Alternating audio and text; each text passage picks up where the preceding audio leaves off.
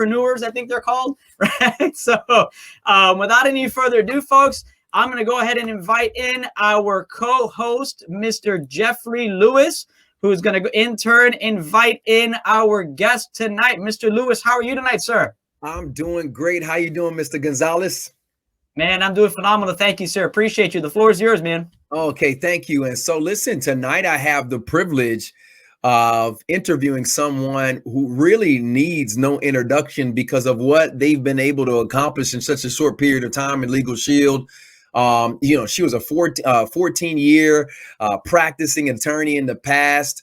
I mean, six-figure, $150,000 ring earner. I mean, she's a leader amongst leaders, servant leader, definitely. But you know what's most impressive about her is that she was able to move from one industry and be super successful and come right over here and have the same type of success. Without further ado, I want to go ahead and introduce none other than Miss Tiffany Sullivan. How you doing, Miss Sullivan? Hi, I'm doing well. How are you? I'm doing well. It looks like you're on a trip somewhere.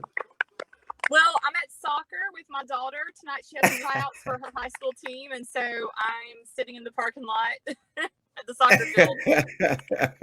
Doing it. Well, Miss Sullivan, I have a short time. We can do it from anywhere, right? That's right. Well, Miss Sullivan, I have a short time with you. I know you're super busy, and I thank you for taking this time out with us. And so I'm just going to jump right into some of the questions that we might have for you. And once again, thank you. So the first question I have for you is, do you believe that most attorneys see Legal Shield as competition or a good thing for the industries? First question I have for you. I don't think that necessarily they see it as competition. I think that they just don't really understand what it is, and they're very skeptical.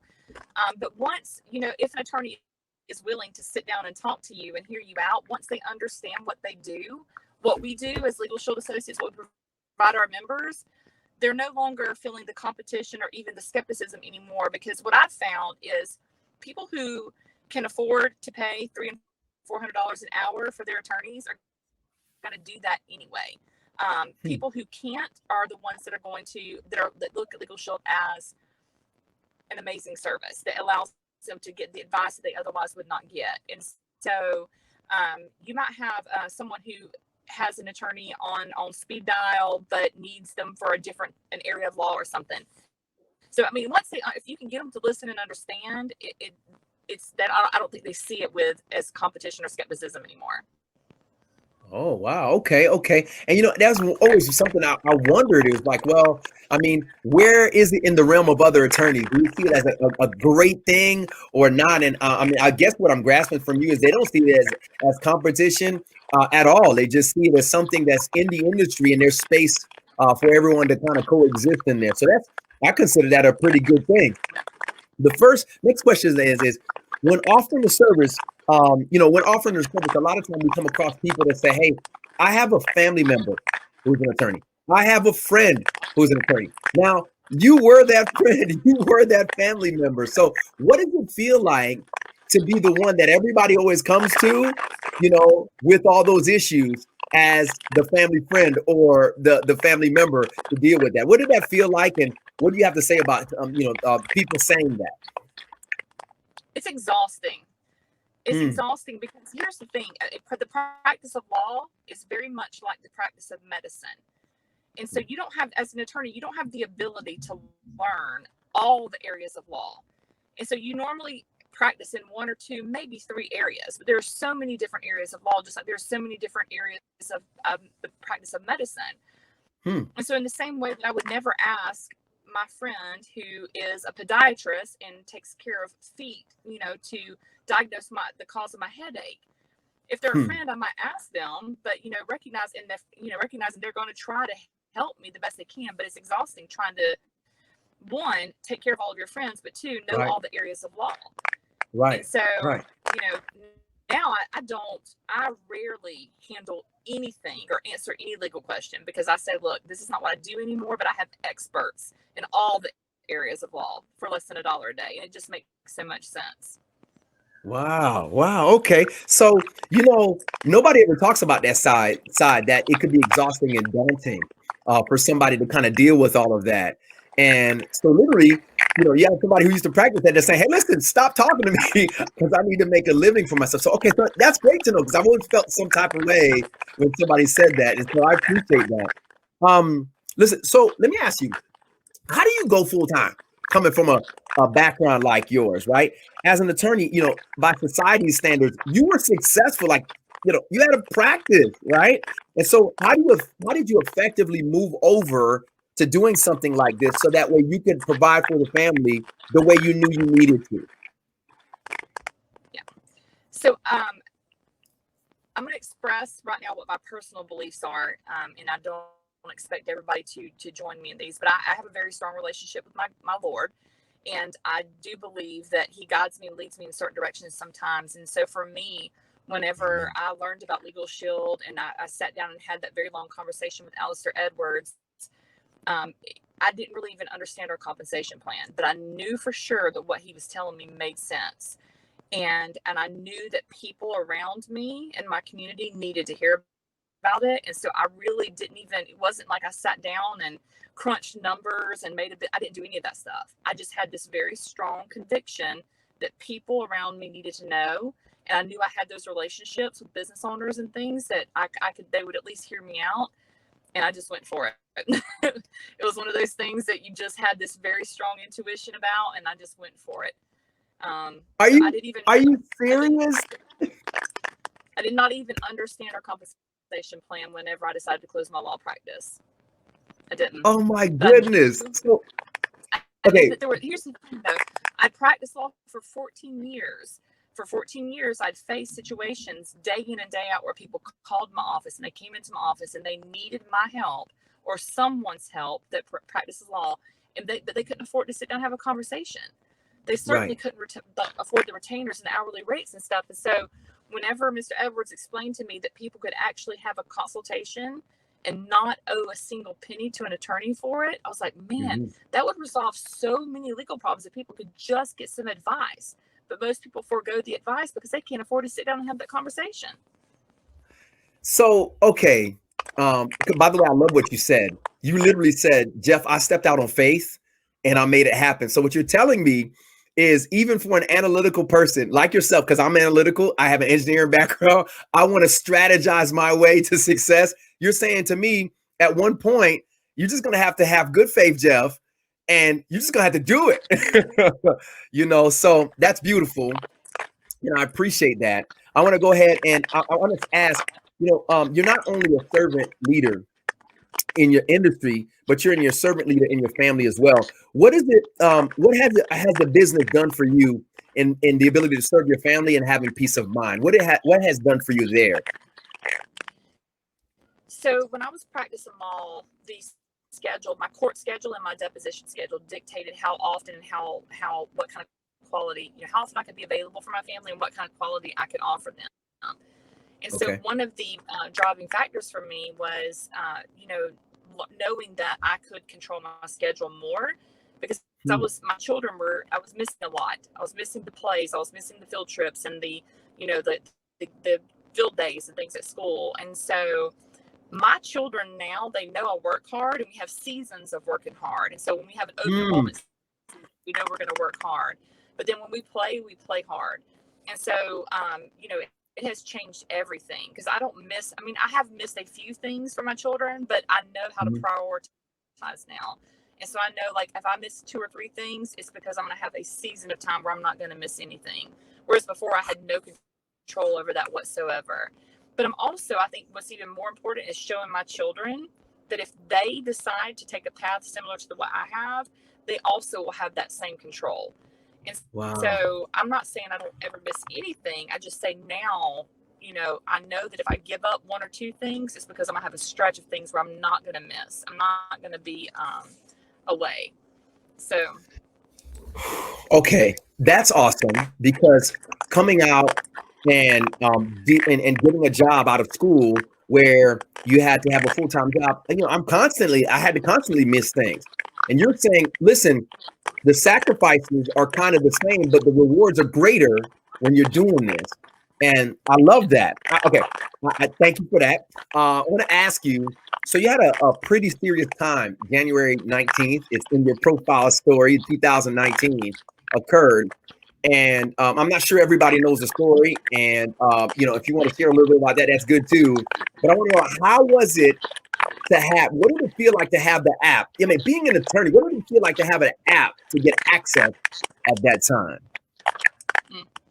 Yeah, so I'll just so I can explain, the importance of that. I need to, say for the people that don't know, I was on my way home from church on a Wednesday night, 9 o'clock in January, and hit a man on a bicycle on a highway that there are no lights or anything. I never saw him. I didn't know that I hit a person. I thought I hit an animal, and I turned around to go back to make sure that the animal wasn't suffering. And it turns out it was a man who was laying in the highway. And I had my children with me. We were coming home from church. And so when they put the man in the ambulance to go to the hospital, he had never opened his eyes. He had never acknowledged, we knew he was alive. We didn't know how long he would stay alive. Wow. And so, of course, when they put him in the ambulance and sent him on his way, the highway patrolman wanted to ask me questions and stuff. And so I have practiced law for 14 years, but I've never practiced in criminal law. And so I wasn't for sure what to say or do, but I knew that this was serious. If this man passes away because my car hit him, that's a problem for me. Right. And so right. I was able to pull out my phone, press the button, have an attorney on the phone within a matter of seconds. And he told me, he said, listen, they're going to ask you to do a field sobriety test. I don't want you to do it. And I was like, well, he'd asked me, have you had anything to drink or taken any medication or anything? I was like, no. And so when he told me he didn't want me to do the field sobriety test, I was like, but why? I told you I haven't. He's like, I know, but you also just told me you hit a man on a bicycle. And that one officer's opinion about how you perform that field sobriety test can impact the rest of your life. He said, wow. What most people don't know is that you can demand a blood test. And a blood test is the only way that you can accurately prove that you have nothing in your system. So maybe field sobriety test or breathalyzer test shows no alcohol, but the blood test is the way you eliminate all suspicion. And so I told the lawyer, the law officer, that that's what I wanted to do. Gave my blood test. Thankfully, I did, because I did get my lawyer letter 2 weeks later where I was being sued for $1 million above my policy limits. But then once again, the law firm, once again, the law firm got involved, and they did some discovery and found out that the man on the bicycle was actually 3 times the legal limit that night in alcohol. He was on a bicycle because he already had 3 DUIs and he didn't have a driver's license. And there were a lot of other things happen. Ultimately, what they found and discovered made the lawsuit go away completely. But had I not had access to that, I mean, the average person would have no idea. No idea. Wow. So I just love hearing the story is amazing, right? Here you are. I mean, coming from church, with the children, and this thing happens, and you go through this, this trial that creates a testimony that's amazing. And so, thank you for sharing with that with us.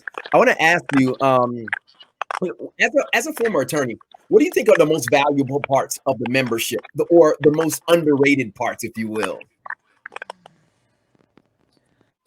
Well, obviously, based on that situation, I never in a million years imagined that I would have to use an emergency access button to talk to an attorney. I just never imagined that, because in my mind, I thought that's for people who get in trouble. Obviously, I don't feel that way anymore, because I was minding my own business, just coming home, so that emergency access button is huge. But just the ability to press a button and speak to an attorney, and not have to worry about a bill. There's no consultation fee. You can press the button, speak to an attorney anytime, is huge. And this is the reason. Most situations could be resolved if people would just press that button and have that consultation and find out you're either right or you're wrong. But either way, you need to know. You need to know whether you're right or wrong, and you need to know what to do next. What happens is most people never, ever have that consultation because they're worried about that fee that's involved. And so the next thing they know, they're getting served with a lawsuit, or the officer shows up at their door. And so really that call your law firm button is invaluable. You can ask any question anytime, and you don't ever have to worry about getting a bill for it. So no person should ever approach a legal situation without knowing whether they're right or wrong and what they should do next, ever. Right. Yeah. I thank you for that, because I've always wanted to know, for somebody who understands the billable hour, what they thought was the the most underrated value. So I mean, I see what you're saying. That just makes sense, right? And I love what you said. Most of the people, if they press the button, there would be no issue. I'm going to keep that one if you don't mind. So definitely, I mean, you're going to find out you're right. You're going to find out you're wrong. But either way, you need to know before the right, officer comes knocking on your door. right. So I got one more for you this evening. So what would you say, to other women out there that are serving, that have a job, that are working hard, in general, maybe successful in their careers or getting along and serving their families, and they see something like this and they think, maybe that's not possible. Or even if it were possible, I don't have the time to do that and still meet my other commitments. What would you say to them, and how do you approach them talking about Legal Shield in your mindset? Well, Jeffrey, we all have the same 24 hours every single day, and we're going to spend it somehow. And Right. so for me, knowing that spending my 24 hours a little bit differently than I did before created for me so much time freedom and financial freedom. Right. And here's what I want to say. And I hesitate to even say this because I don't want it to come across the wrong way. No, let it go. Let it go. Let it go. So because what I do is basically I do business solutions. I go into businesses and talk to employees about this benefit. Sure. And so as a result of COVID, businesses, most employees are not even at work, much less are their HR people letting people in. So I literally have not worked since middle of March. I have not missed a single paycheck. Legal Shield has continued to pay me the same in residual income as I was making before. And so, because of that, even though my husband had to take a pay cut, we're grateful he still has his job. But we have not missed a single bill. We haven't worried because this business continues to pay me for the memberships that I sold in 2016, that I sold in 2017, that I sold in 2018. Come on. Maybe it's not COVID next time. Maybe it's an illness. Maybe it's a family issue. Whatever it is, you have the ability to build a business that will pay you when you need to step outside of your business to take care of real life circumstances. How is there anything else that you could do where you know that you're helping people, you're giving them something they need at a price that they can afford, that's going to continue to pay you when you need to step away from that business and take care of life? There's nothing. You won't convince me of it. There's nothing else. Yeah, Tiffany, that is phenomenal what you just said. It may not be COVID next time, but whatever life may throw at you, what is your contingency? What is your plan? And I think I really respect the fact that you say that, because sometimes, and I work with a lot of people like that. Sometimes people feel content in the text that they're getting. And so I don't really need that much more until something happens. Look, you even told us that your husband had to take a pay cut. And I'm sure I've met him, sharp guy, great individual. I'm sure he was doing what he needed to do. And he had to take one anyway.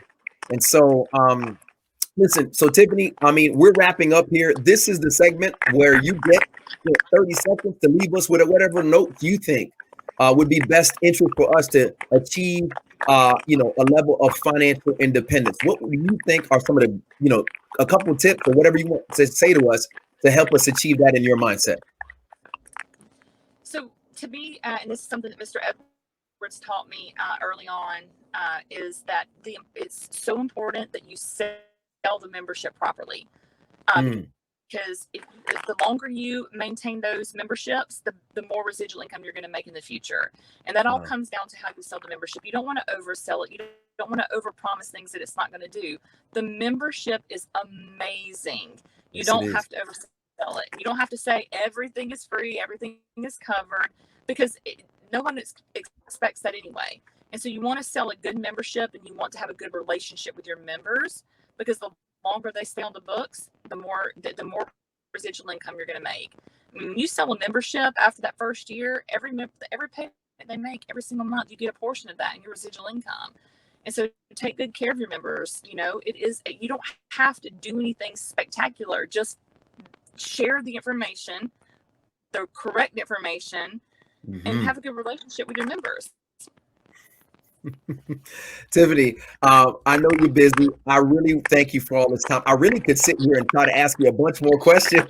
I could take up your whole practice if you want. No, I'm just kidding. But just thank you for everything you've done. We're going to be wrapping up here. Thank you for those words. And, ladies and gentlemen, you heard it here live from Tiffany Sullivan today that you have an opportunity for several reasons. You can go back and watch the recording here. But here's what we say on an interview with success. There's no reason why you can't achieve your dreams if you apply all of success that all of those have had before you. Back to you, Mr. Gonzalez, and thank you for the time. Hey, Tiffany, just want to say thank you so much for spending some time with us. It's been awesome, amazing words of wisdom there. I know that you're currently, picking up your daughter from soccer. You guys are at a soccer game, and you took time away from your family to be with us. So thank you for all of those amazing nuggets and for being such an extraordinary leader and pouring into the field. So thank you so much, Tiffany. Mr. Gonzalez said he's paying for all your dinners next week. I just wanted you to know that. You got on. I love it, man. Mr. Lewis, always cracking your jokes. So, folks, that was Miss Tiffany Sullivan there. Just an incredible